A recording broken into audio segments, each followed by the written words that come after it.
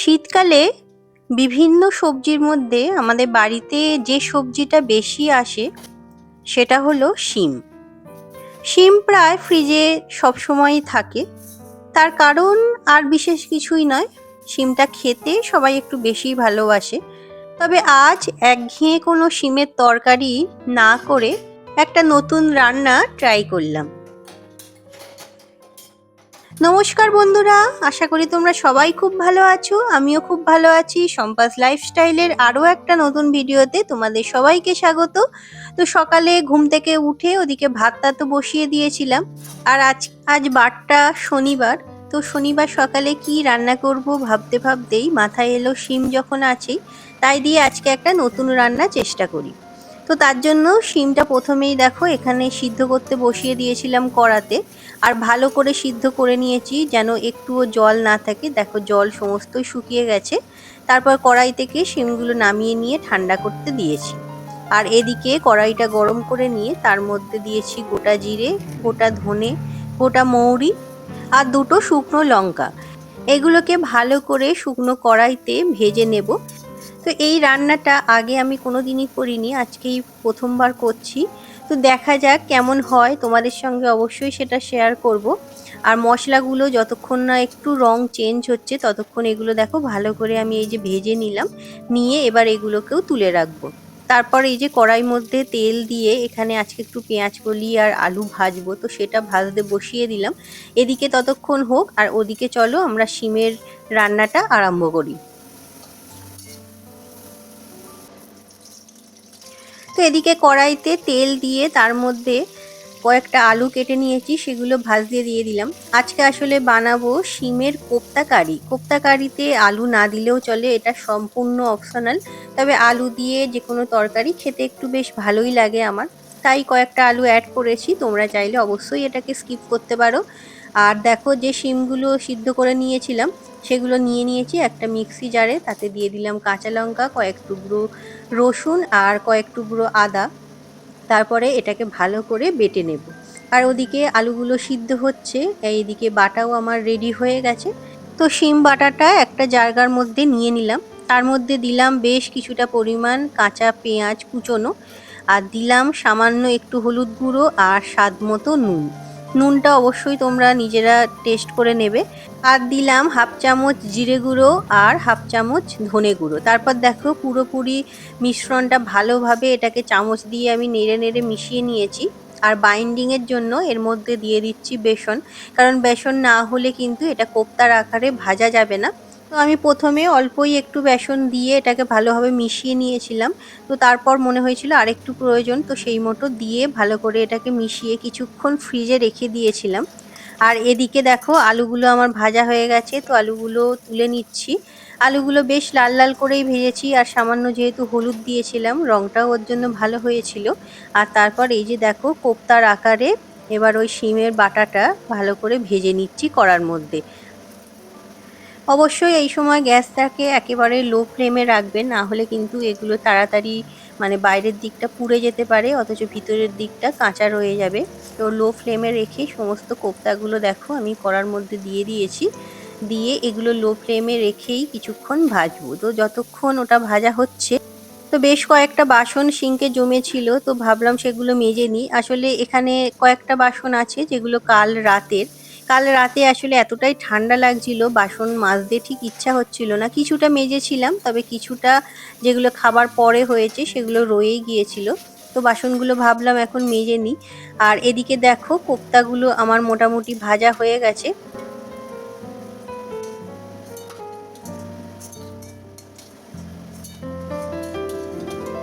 এবার চলো কোপ্তা কারির জন্য মশলাটা করে নিই। এখানে দেখো মিক্সির বাটিতে নিয়ে নিচ্ছি কয়েক টুকরো আদা, এর মধ্যে কাঁচা লঙ্কা, আর দিয়ে দেব সামান্য একটু জিরে। আর এর মধ্যে অবশ্যই দিতে হবে কিন্তু একটু পোস্ত। পোস্ত দিলে কিন্তু নিরামিষ যে কোনো গ্রেভির টেস্ট খুব সুন্দর হয়।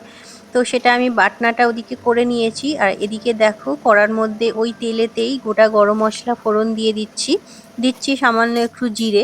তারপর ফোড়নটা ভালোভাবে ভেজে নিয়ে দিয়ে দেব যে বাটনাটা রেডি করে রেখেছি সেইটা।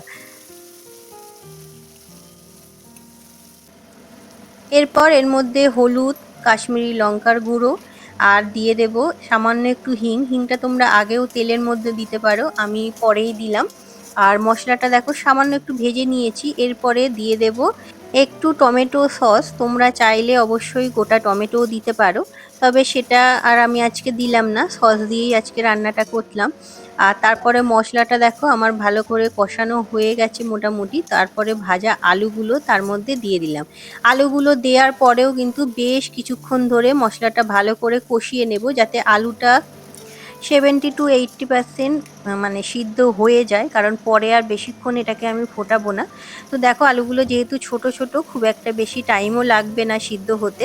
তো তেল দেখো মোটামুটি আমার ছেড়ে দিয়েছে এটা থেকে। তারপরেও আমি আরও কিছুক্ষণ এটাকে ভালো করে কষিয়ে নিয়ে তার মধ্যে দিয়ে দিচ্ছি গরম জল। অবশ্যই তোমরা গরম জল এখানে অ্যাড করবে, কারণ এমনিতেই শীতকাল, জল কিন্তু গরম হতে অনেকটাই সময় লেগে যাবে। আর গরম জল দিলে কিন্তু যে কোনো রান্নার স্বাদ অনেকটাই বেড়ে যায়।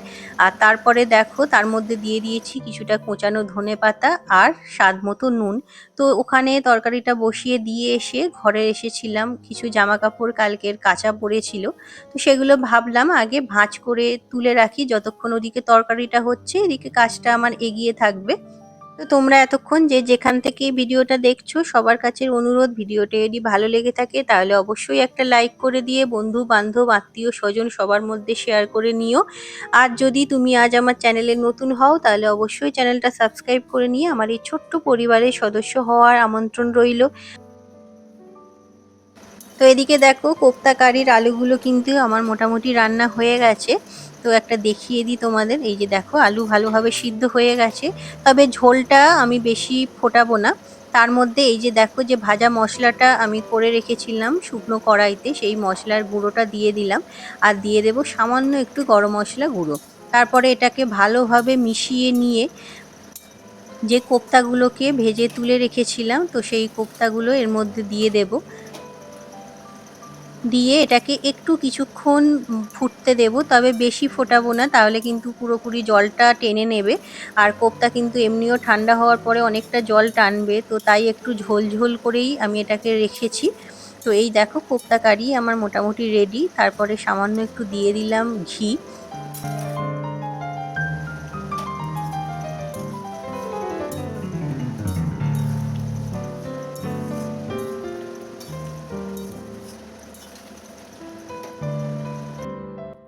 তো এই হলো আমার শিমের কোপ্তা কারির ফাইনাল লুক। দেখতে কিন্তু খুবই সুন্দর হয়েছে। আর এই কিছুক্ষণের মধ্যেই দেখো ঝোলটা কিন্তু অনেকটাই টেনে নিয়েছে। উপর দিয়ে একটু ধনেপাতা কুচি করে ছড়িয়ে দিয়েছি। তো দেখতে তো ভালোই লাগছে, খেতেও ভালোই হয়েছিল। তোমরা অবশ্যই বাড়িতে একবার কিন্তু এটা রান্না করে দেখতে পারো। তো তারপরে উপরে চলে এসেছিলাম। আজকে যেহেতু শনিবার, ঘরগুলো একটু পরিষ্কার করতে হবে। আসলে গত 2-3 দিন ধরে স্পন্ডিলাইটিসের ব্যথাটা আবার বেড়েছে, তো বেশি কাজ করলে, খাটাখাটুনি করলে যন্ত্রণাটা দেখছি বাড়ছে। তো ভেবেছিলাম আজকে ঘরগুলো পরিষ্কার আর করব না। তবে আবার তারপর মনে হলো যে আজকে যখন শনিবার, এই আগের শনিবার করেছিলাম, তো অনেকটাই দেরি হয়ে যাবে, নোংরা অনেক জমে যাবে। আর জানি না কেন আমার সঙ্গেই এটা হয়, ঘরদোর যখন পরিষ্কার পরিচ্ছন্ন থাকে তখন কিন্তু বাড়িতে কেউ আসে না। আর 1 দিন বা 2 দিন যখন দেখি ঘরদোর পরিষ্কার করিনি, মোছামুছি করিনি, তখনই দেখি বাড়িতে কোনো লোকজন এসে উপস্থিত হয়। আর বাইরে থেকে লোকজন এসে যদি এইরকম ঘরদোর নোংরা অগোছালো দেখে, তখন তারা কি ভাবে বলো তো, যে ঘরদোর হয়তো পরিষ্কারই করি না বা এইভাবেই আমরা থাকি। তখন না খুব বাজে লাগে একটা। তো ওর জন্যই চেষ্টা করি ঘরদোরগুলো যতটা সম্ভব পরিষ্কার পরিচ্ছন্ন করে রাখার। তবে গুছিয়ে রাখাটা সবসময় সম্ভব হয় না, কারণ বাবি যেহেতু এখন ছোট, ও চারিদিকই বড্ড অগোছালো করে দেয়। যতটা সম্ভব করে রাখি এই আর কি। তো তাই দেখো ঘরদোরগুলো মোটামুটি পরিষ্কার করে নিয়েছি, নিচেটা আগেই করে এসেছি। আর তারপর আজকে তো শনিবার, আজকে তো বিছানার চাদরগুলো চেঞ্জ করতেই হতো, তো বিছানার চাদরটাও ওর জন্য চেঞ্জ করে নতুন একটা চাদর পেতে দিলাম। আর কয়েকটা চাদর এখানে রাখা থাকে, কয়েকটা মানে 3-4টে চাদর থাকে, তো সেগুলো রাতের দিকে গায়ে দেওয়ার জন্য কাজে লাগে। তো ভাবলাম আজকে সেই চাদরগুলো কেচে দিই, কারণ অনেক দিন হলো চাদরগুলো কাচা হচ্ছে না। তো তো বালিশের কভারগুলোও একবারে চেঞ্জ করে দিলাম, দিয়ে সমস্ত চাদর বালিশের কভার এই যে একটু গরম জল করেছি, গরম জলে মেখে রাখছি কিছুক্ষণ। এখন কাচবো না, এগুলো পরে স্নান করার আগেটা কেচে নেব, কারণ এখন আগে ঘরগুলো ঝাড় দিতে হবে, মোছামুছি করতে হবে, তো অনেকটাই সময় যেহেতু ওই কাজগুলোতে লাগে, ততক্ষণ এগুলো ভালোভাবে ভিজে যাবে। আর বিছানার চাদর আমি একটু গরম জল করে তার মধ্যে মেখেই কাচি, তাহলে বেশ ভালো পরিষ্কার হয়ে যায়। ওয়াশিং মেশিনে দিলে এগুলো খুব একটা পরিষ্কার হতে চায় না। তো তাই দেখো এদিকে চলে এসেছি, ঘরগুলো ঝাড় দিয়ে নিচ্ছি, ঘরটা ঝাড় দিয়ে তারপর মুছেও নেব।